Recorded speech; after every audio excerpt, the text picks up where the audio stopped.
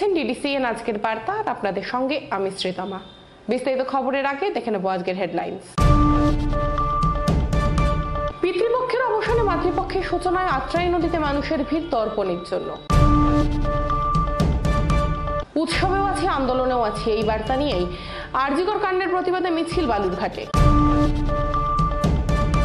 দুর্গাপূজা উপলক্ষে বালুরঘাট সদর হাসপাতালের মানসিক বিভাগে রোগীদের মধ্যে বস্ত্র বিতরণ করল লোকনাথ মিশন। ৪৫তম বর্ষের শারদোৎসবে প্রাচীন ভারতের মন্দিরের আকৃতিতে মণ্ডপ গড়ে তুলছে গঙ্গারামপুর চিত্তরঞ্জন ক্লাব। পিতৃপক্ষের অবসানে মাতৃপক্ষের সূচনায় আত্রাই নদীতে মানুষের ভিড় তর্পণের জন্য। পিতৃপক্ষের অবসানের সঙ্গে সঙ্গে দেবীপক্ষের শুভ সূচনা হলো। বুধবার ভোরে মহালয়ার পূর্ণতিথিতে বালুরঘাট শহরের কল্যাণীঘাট বা বালুরঘাট সদরঘাটে শুরু হলো তর্পণ। পিতৃপুরুষের উদ্দেশ্যে তর্পণ করে ভোর থেকে ভিড়ে পড়ে বালুরঘাট আত্রাই নদীর পারে মানুষের। আমাদের একটা জলদান হয় প্রতি বছর, এটাই মহালয়ার দিন করে দিতে হয়। এটা সূর্য ওঠার আগেই আমরা সব করি, মানে যাদের বাবা মা মারা গেছে বা আত্মীয় স্বজন তাদেরকে আমরা জল দর্পণ করি। সেটা ওই জন্য আমরা সকালবেলা এসে এটাই করি। এটা দিলে তাদের নাকি আত্মার শান্তি পায়, ওই জন্য। এদিন তর্পণকে ঘিরে কোনো রকম অপ্রীতিকর ঘটনা যাতে না ঘটে তার জন্য আত্রাই নদীতে পুলিশ প্রশাসনের পক্ষ থেকে বিশেষ উদ্যোগে নামানো হয় ডুবুরির দল সহ অন্যান্য ফোর্স।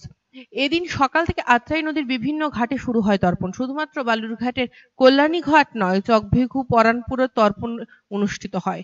দুর্যোগপূর্ণ আবহাওয়ার মধ্যে অন্যান্য বারের তুলনায় অনেক বেশি এবারে বালুরঘাট আত্রাই সদরঘাটে ভিড় হয় মানুষের পূর্বপুরুষদের উদ্দেশ্যে তর্পণে। যুগান্তর ধরে হয়ে আসতেছে সনাতন ধর্মের নিয়ম, যারা পিতৃরা যারা স্বর্গলাভ করেছেন তাদের উদ্দেশ্যেই আস্তে আস্তে এই নদীর ঘাটে তর্পণ করা হয়। মোটামুটি আমি যখন থেকে ৫-৭০০ লোক আসছে। দেখেন, আমি তো মানে পুলিশ প্রশাসনের প্রয়োজন নেই, আর ঘাটটা একটু পরিষ্কার পরিচ্ছন্ন হলে বোধহয় ভালো হতো, মানুষের উপকার হতো। জানি না কেন হয়নি, কারণ আমিও খুব ওই কংগ্রেস ঘাট থেকে যখন জায়গা পাইনি তখন এখানে আসে। উৎসবেও আছে, আন্দোলনেও আছে, এই বার্তা নিয়েই আরজিকর কাণ্ডের প্রতিবাদে মিছিল বালুরঘাটে। আরজিকরের ঘটনার প্রতিবাদে রাজ্য জুড়ে আন্দোলন চলছে। পিতৃপক্ষ শেষে মাতৃপক্ষ শুরুতেই মহালয়ার পূর্ণতিথিতে দুর্গা সাজিয়ে ঢাক শাঁখ বাজিয়ে কাদম্বরী বিচারের দাবিতে মিছিল দক্ষিণ দিনাজপুরের বালুরঘাটে।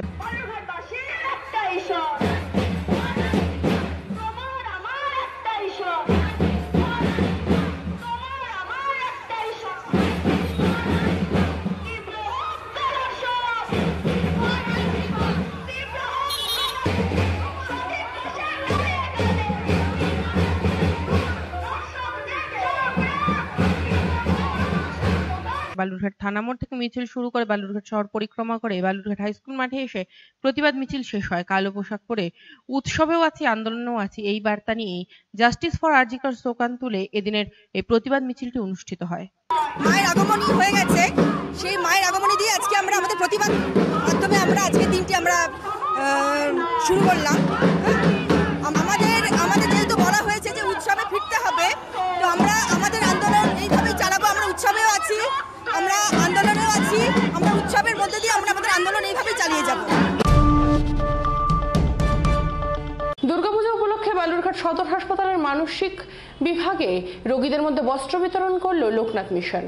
মহালয়ার দিন বালুরঘাট লোকনাথ মিশনের তরফে বালুরঘাট জেলা হাসপাতালে মানসিক বিভাগে রোগীদের হাতে তুলে দেওয়া হলো নতুন বস্ত্র। বুধবার দুপুরে বালুরঘাট জেলা হাসপাতালের মানসিক রোগীদের মধ্যে বস্ত্র তুলে দেন জেলা মুখ্য স্বাস্থ্য আধিকারিক ডক্টর সুদীপ দাস। লোকনাথ মিশনের তরফ থেকে অজয় ঘোষ সহ অন্যান্যরা। খুব খারাপ লাগে বিষয় যে আমাদের এখানে মানসিক ওয়ার্ডে, যেটাকে আমরা বলে থাকি আমার সাইকিয়াট্রি ওয়ার্ড, এবং যক্ষা ওয়ার্ড নয়, ওটা একটা আইসোলেশন ওয়ার্ড, তার উপরে একটা ভ্যাগাবান ওয়ার্ড আমরা একটা করেছি। বেশ কিছু ভ্যাগাবান, যাদের বাড়ির লোকজন ঠিক নেই, তারা কিছু মানুষজন, অনেক সময় পুলিশ বা কোনো অ্যাডমিনিস্ট্রেশন থেকে কিছু মানুষকে নিয়ে এসে আমাদের কাছে রেখে দেওয়া হয়। তাদের অ্যাড্রেস না পাওয়ার জন্য তারা দীর্ঘদিন ধরে, কেউ 10 বছর, 12 বছর, 15 বছর ধরে আমাদের এখানে আছে। এই সমস্ত মানুষজনের জন্য আজকে বালুরঘাট লোকনাথ মিশনের উদ্যোগে, ওরা প্রতি বছরই করে, গত বছরও করেছিল, তাদেরকে নতুন বস্ত্র প্রদান করা, আর তার সঙ্গে আজকে একটু স্পেশাল হিসেবে তাদেরকে কিছু খাবার দান করা হয়, খাবার দেওয়া হয়। সেই উদ্দেশ্যেই আজকে আমরা এসেছিলাম। এসে আমাদের ভালো লাগলো যে এরা ভালো আছে, যেটা পেরেছে আমার সিস্টেমটাকে ভালো রাখার চেষ্টা করেছে এবং এর থেকে ভালো আছে। আমরা একটা পরিষ্কার পরিচ্ছন্নতাকে একটা ওয়ার্ড দিতে পেরেছি, পরিষ্কার পরিচ্ছন্নভাবে তাদেরকে থাকা এবং দুবেলা আমাদের যা সরকারি নিয়ম অনুযায়ী যেটুকু আমরা পাই সেভাবে তাদেরকে ডায়েটের ব্যবস্থা করা আছে। যে চিকিৎসা তাদের প্রয়োজন সেটুকু চিকিৎসা তাদের জন্য প্রতিদিন আমাদের ডাক্তারবাবুরা করছেন। কিছু কিছু মানুষ সুস্থ হয়ে গেছে কিন্তু তাদের অ্যাড্রেস এখনও পাওয়া যাচ্ছে না ঠিকমতো, বা অনেক সময় বাড়ির লোকজন আসছে না বলে তারা এখন আমাদের এখানে ভর্তি আছে। এটা একটা সামাজিক সমস্যা, জানি না কীভাবে এখান থেকে আমরা বেরিয়ে আসবো, কিন্তু আমরা চেষ্টা করছি আমাদের এই সরকারি পরিষেবার মধ্য দিয়ে এবং লোকনাথ মিশনের মতো এরকম বেশ কিছু এনজিও যারা মাঝে মাঝে আমাদের তাদের একটু ভালো রাখার জন্য কিছু ভালো পদক্ষেপ নিয়ে এগিয়ে আসে, সকলের সহযোগিতায় আমরা তাদেরকে ভালো রাখার চেষ্টা করছি এবং ভগবানের আশীর্বাদে তাদেরকে আমরা ভালো রাখতে পারছি। এদিন সব মিলিয়ে প্রায় 15 জন রোগীর মধ্যে বস্ত্র বিতরণ করা হয়। মহিলাদের শাড়ি ও পুরুষদের জামা তুলে দেওয়া হয় সংস্থার পক্ষ থেকে। প্রত্যেক বছরই লোকনাথ মিশনের তরফে এই কর্মসূচি করা হয় বলে জানা গিয়েছে। আসলে প্রতি বছরই দুর্গাপুজোর সময় আমরা বালুরঘাট লোকনাথ মিশনের তরফ থেকে এই মানসিক বিভাগে যারা রয়েছেন এবং যারা ভ্যাগাবান্ড হিসাবে যারা রয়েছেন এদেরকে আমরা প্রতিবার বস্ত্র বিতরণ করি।